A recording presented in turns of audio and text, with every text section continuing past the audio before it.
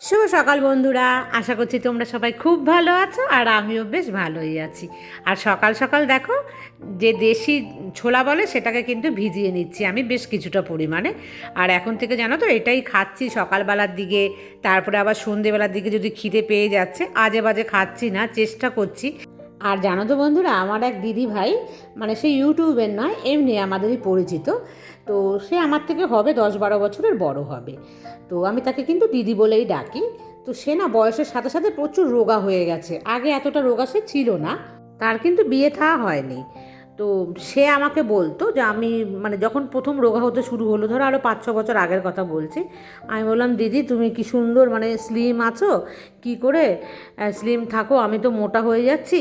আমি যখন আরও 5-6 বছর আগে কিন্তু এর থেকেও বেশি মোটা ছিলাম, জানো তো। তো তখন ওই দিদি আমাকে বলেছিল যে ওই তুই বেশি চিন্তা করিস না, তোর যখন বয়স আমার মতন হবে, মানে আমার কাছাকাছি পৌঁছবি, তখন কিন্তু তুই আস্তে আস্তে মানে বয়সের সাথে সাথে তুই রোগা হয়ে যাবি, তখন তুই দেখতে পাবি। তো আমি তখন ভেবেছিলাম আচ্ছা মনে হয় তাই হবে। কিন্তু বিশ্বাস করো, সবার শরীরে তো সমান নয়। তো আমি দেখো বয়সের সাথে সাথে কিন্তু মোটা হয়ে যাচ্ছি। তো তোমরা আমাকে বলছো যে তুমি বেশি মোটা নও, তো হ্যাঁ আমি অনেক খুব যে মোটা বা বেশি মোটা তা নয়। তবে কি বলো তো, কন্ট্রোল না করলে তো প্রচুর মোটা হয়ে যাব। আর তার জন্যই কিন্তু আমি ওই যে মানে চানা বয়েল, সবজি বেশি করে খাওয়া, এই ধরনের কিন্তু খাবারগুলো আমি খাচ্ছি। তবে আমার বয়সেই অনেকে আছে, যেরকম স্মৃতি বলছিল যে ওর হাঁটুর ব্যথা হয়, ও কাজকর্ম খুব বেশি করতে পারে না, ও ভাবে করবে কিন্তু একটু করলেই ওর নাকি সমস্যা হয়। তো এই সমস্যাগুলো হয়তো আমারও হালকা বিস্তর দেখা দিয়েছে। তবে যদি একটু আমরা কন্ট্রোল করে চলি, বা বলে না যোগা করতে, এটাই আমার দ্বারা হয় না। এই যোগাটা যদি আমরা করি না আমাদের বয়সী মহিলারা, তাহলে কিন্তু তারা অনেকটা ভালো থাকবে। এটা আমি বুঝি, কিন্তু আমি জ্ঞানপাপী লোক, তো আমি এটা কিন্তু আমি করব না। আমার এই যোগা করতে, মানে আমার এক্সারসাইজ করতে একদম ভাল লাগে না। কী যেন কেন আমার যে ভালো লাগে না। আমাকে ডাক্তার বলেছে যতই সিঁড়ি ভাঙো কাজ করো না কেন, এক্সারসাইজের বিকল্প কিন্তু নয়। তো সেই কারণে কিন্তু এক্সারসাইজটা ভীষণই জরুরি। আমাকে যেরকম সঞ্চিতা বলেছে, মানে কোয়েল, ও আমাকে জানিয়েছে যে ও কিন্তু প্রত্যেক দিন করে। আর ও বাচ্চা মেয়ে, ও একদমই ফিট ওর শরীর। যাই হোক, তোমরা যারা যারা করো তারা তো অনেক ভালো রেজাল্টের পাও। তবে আমার মনে হয় না এই জন্মে আর হবে। যদি পরও কোনো জন্ম পাই তখন একদম মানে আমি রোগা কি রোগাই থাকবো, এই মনোবাসনা আমার ভীষণ আছে বন্ধুরা। এখন তো আমি অনেকটাই মোটা। আর একটা কথা তোমাদের বলি, আমার এই লং ড্রেস পরা নিয়ে না অনেকেরই আমি দেখছি, এটা একটু বেশি লং, আর এর আগে একটা পিঙ্ক কালারে পরেছিলাম, ওটাতে কিন্তু একটু আমার দেখা যায় হাঁটুটা, অল্প, বেশি পরিমাণে না। যাই হোক, আমি কিন্তু কি বলো তো, এগুলো পরাতে না ভীষণ কমফোর্টেবল ফিল করি। কিন্তু তোমরা অনেকেই অপছন্দ করছো বলে কিন্তু আমি তার নিচে একটা করে পরবো। তবে এই এত লংয়ে কিন্তু আমি পরবো না, এটা তোমরা বলো না আমাকে, কারণ এই লং ড্রেসগুলোতে আমি ভীষণই কিন্তু কমফোর্টেবল ফিল করি যে কাজ করতে। আমি শর্টস তো ভেতরে অবশ্যই পরি, লংটাই পরি না, এই আর কি। যাই হোক, দেখো আমাকে অনেকেই বলেছো ভালো, আবার অনেকেই আমাকে মন্দ বলেছো, কথার মধ্যেই তোমাদের পরিচয়। মানে আমাকে মন্দ দুজনেই বলেছে, আর ভালো সবাই বলেছো। তো একজন আমাকে ভীষণ ভালোভাবেই বলেছে যে দিদি ভাই তুমি এটা এইভাবে পড়ো না, তো একটু লং পরে নিও। তো বাস, কত ভালো লাগে না এইভাবে কথা বললে পরে, যে একটুখানি কথা বলার মধ্যে।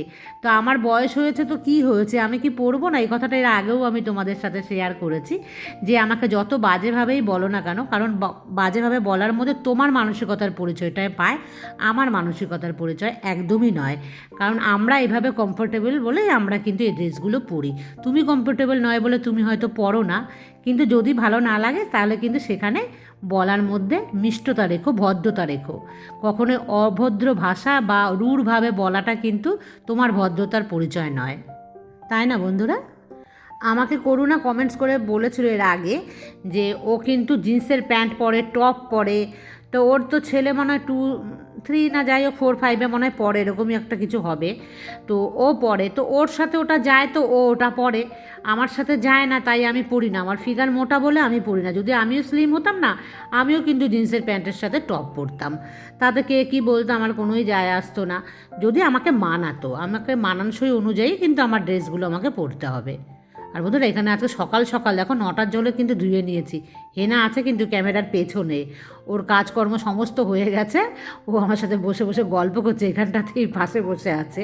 আমি বললাম ঠিক আছে কাজগুলো আমি করে নিই, ও বললো ঠিক আছে তাড়াতাড়ি যখন আমার কাজ হয়ে গেছে একটুখানি আমি বসি। আর এই দেখো পলিথিনে করে কি আছে এই সমস্ত ন্যাকড়া ঝ্যাকড়া সমস্ত আমি নিয়ে এসেছি ওপর থেকে, যে না এগুলোকে একটুখানি আমি ধুয়ে নিই, ছাড়া জলে ধুতে আমার সব থেকে বেশি সুবিধে লাগে। আর আমাকে ঝর্ণা বলেছে যে আন্টি তুমি ওয়াশিং মেশিনে কাচো তাহলে তোমার পরিশ্রমটা কম হবে। ও একদমই ঠিকই বলেছে যে ওয়াশিং মেশিনে কাচতে তো পরিশ্রম অনেকই কম হয়, তবে আমি কেন কাচি না তোমরা জানো, তবে কিন্তু কিপটেমের জন্য একদমই নয়, আমি কিন্তু একদমই কিপটে নয় বন্ধুরা। তোমরা যারা আমার সাথে মিশবে তাহলেই তারা বুঝতে পারবে আমি কিপটে কিনা। আমি কিন্তু জিনিসের যত্নের জন্য করি এই আর কি, আর যেদিন খুব অসুবিধা হয় সেদিন করি। আর তাছাড়া এখন গরমকালে এসছে আমার তো ভালোই লাগে এগুলো করতে। আর এটা দেখো মেয়ের একটা টি শার্ট ছিল ছোটোবেলার, তো সে কোনো দিনও পরেনি, তো রেখে দিয়েছিলাম, রাখতে রাখতে ওর মধ্যে দাগ পড়ে গেছে, তো ভালোভাবে ধুয়ে দিলাম, তো ভাবলাম যে কিচেনেরই কোনো কাজে লাগিয়ে দেবো, অনেক তো কাপড় ছাপড় লাগে না ওগুলো। আর একজনা জানো তো কি বিচ্ছিরিভাবে আমাকে বলেছে যে এই বেটির নাকি লং প্যান্ট নেই নাকি, তো তাকে বলছি ভালোভাবে দেখে নাও যে লং প্যান্ট আছে কি নেই। আর আমি কেন লং প্যান্ট পরি না সে কথা আমি আগেই বলে দিয়েছি, এরকম নোংরা বিশ্রীভাবে কমেন্টস করো না, তুমি যে কতটা খারাপ মানসিকতার তোমার ওই লেখার ভাষাতেই কিন্তু বোঝা যায়। তোমাকে আমি আর একবার রিপিট করে বললাম এই কথাটা, তবে তোমার নামটা আমি মুখেও আনতে চাই না, তার জন্য বললাম না তোমার নাম। যে কথা কেউ মানে কোনো দিন সামনে বলার ক্ষমতা রাখে না, এই ব্লগ করতে না আসলে জানতামই না যে মানুষ এত নোংরা কমেন্টস করতে পারে। আমি তোমাদের যে বললাম না ভাষাটা, তার চাইতেও নোংরা ভাষা দিয়ে সে আমাকে লিখেছিল, মানে আমি তো সেটা মুখে আনতে পারলাম না, এত সুন্দর আমাকে সে মানে ব্যবহার করেছে ভাষা। যাই হোক বন্ধুরা এখন স্নান করে যাব ঠাকুর ঘরে, তো চলো বন্ধুরা সকালের পুজোটা আমার দেওয়া হয়ে গেছে। তো আমি তোমাদেরকে একটা জিনিস দেখাই, আমি ঠাকুরের জন্য কিনেছি। তো এই দেখো ঠাকুরের জন্য আমি একটা এখানে টব কিনেছি, তো এখানেই আমি রাখবো, কি করব না করব আমি তোমাদের সাথে কিন্তু শেয়ার করব। আমার এই ঠাকুর ঘরটাকে আমি মানে সাজাচ্ছি কিভাবে সেটা কিন্তু একটা তোমাদেরকে আমি দেখাবো, মানে এই ঠাকুর ঘর আমি একটা ট্যুর তোমাদেরকে দেব। তো তার জন্য আমি এটা নিয়ে এসেছি।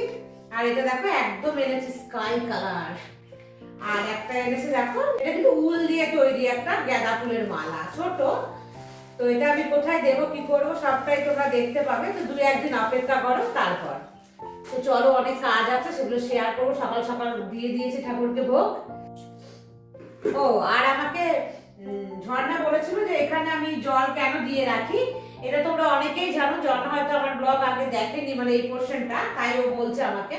তো এইখানে আমি গোপুসোনাকে রাঙা মাদুরদের জল দিয়ে যাই, গোপুসোনাদের মানে যাদের যাদের ঘরে গোপুসোনা আছে তোমরা কিন্তু পারলে এটা করো, একটা গ্লাসে করে জল দিয়ে একটা তুলসী পাতা দিয়ে রাখবে, ভগবানের নামে রেখে যাবে। গোপুসোনারা তো ছোট, ওদের জল পিপাসা পেলে ওরা নিজেরাই গিয়ে জল খেয়ে দেবে, তো গোপুসোনার উদ্দেশ্যে জল রাখবে এখানে। আজকে সকাল সকাল কিন্তু আমি অনেকগুলো কাজ করে ফেলেছি।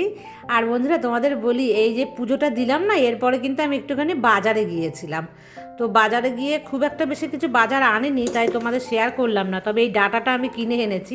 এই যে ডাঁটা সবুজ, এটা বাঙাল ডাঁটা বলে। তো এই বাঙাল ডাঁটা কিন্তু আমরা ভীষণ পছন্দ করি, যেহেতু আমি বাঙাল।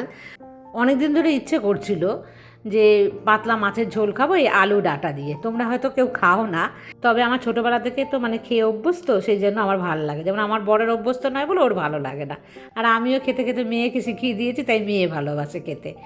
আর এই যে বাজারে গিয়েছিলাম না, জানো তো বাজারে গিয়ে একজনের সাথে আমার দেখা হয়েছে।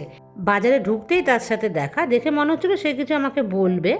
যাই হোক কাছে যেতে সে আমারকে জিজ্ঞাসা করলো যে আমি ব্লগ করি কি না বা আমার কোথায় বাড়ি, এরকমই কিছু একটা জিজ্ঞাসা করেছে আমাকে, বুঝলে তো।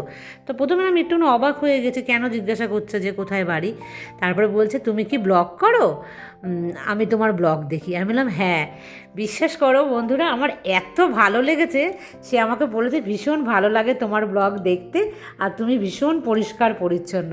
কোথায় তোমার বাড়ি গো? আমি ব্লগ দেখি কিন্তু বুঝতে পারি না কোন জায়গাটাতে। একাডেমি স্কুল দেখাও, তারপরে এই বাজার দেখাও, কারণ ও এই বাজারে বাজার করে, ওর ছেলে এই স্কুলে পড়তো আমার মেয়ের স্কুলেই।